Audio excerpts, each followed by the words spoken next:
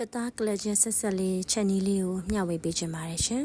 ။အရင်ဆုံးစီစီလိုက်ရင်စနည်းမုတ်ထည့်ပြီးတော့ချက်သွန်ဖြူနေချင်းထောင်းလာတာလေးကိုစီတက်ပေးပါမယ်။အနှစ်မများနဲ့စားရတာကြိုက်လို့ချက်သွန်ဖြူနေလေးကိုပို့ပြီးတော့ထောင်းထားပြီးတော့စီတက်ပေးပါမယ်။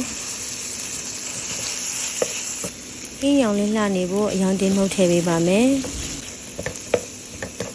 စီတက်နေရင်လည်းငါးငံညာရေးထည့်ပေးလို့ရှိရင်ပို့ပြီးတော့အနံ့အရသာပို့ပြီးတော့မှုေးပါတယ်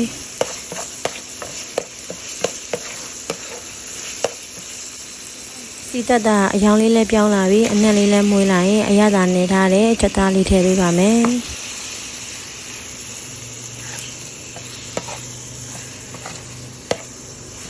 အဆက်အရသာအတွက်ငရုတ်သီးကြမ်းမုတ်ထည့်ပါမယ်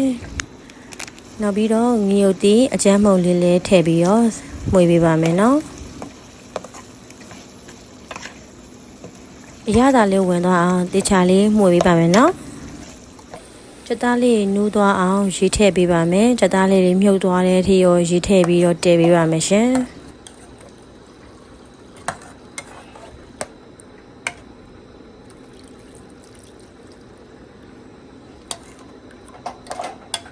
အရသာအတွက်ကိုချက်သားမှုတ်ထည့်ပေးပါမယ်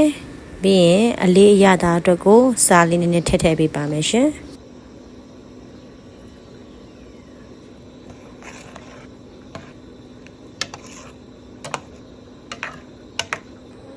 ဖုံးလေးအုပ်ပြီးတော့တည်ထားပေးပါမယ်15မိနစ်လောက်တည်ထားပြီးရင်အမွှေးအနှံ့အတွက်ကိုမဆလာထည့်ချက်ပေးပါမယ်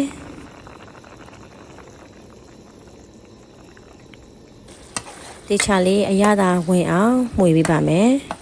ချက်သားလေးမနူးသေးဘူးဆိုလို့ရှိရင်ရေလေးထည့်ပြီးတော့တည်ထားပေးလို့ရပါတယ်ဒါလေးကတော့ချက်သားလေးတွေလည်းနူးသွားပြီးစားလို့လည်းအစင်းသင်းဖြစ်တဲ့အနေအထားလေးဖြစ်ပါတယ်ရှင်ကျမကတော့အနှစ်အရည်လေးစမ်းစားရတာကြိုက်တဲ့အတွက်ကြောင့်မလို့အရေးခန်းတဲ့အထိတော့မချက်တော့ပါဘူး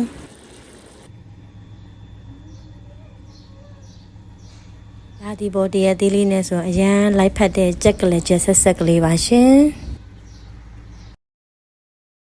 Don't forget to do like subscribe my channel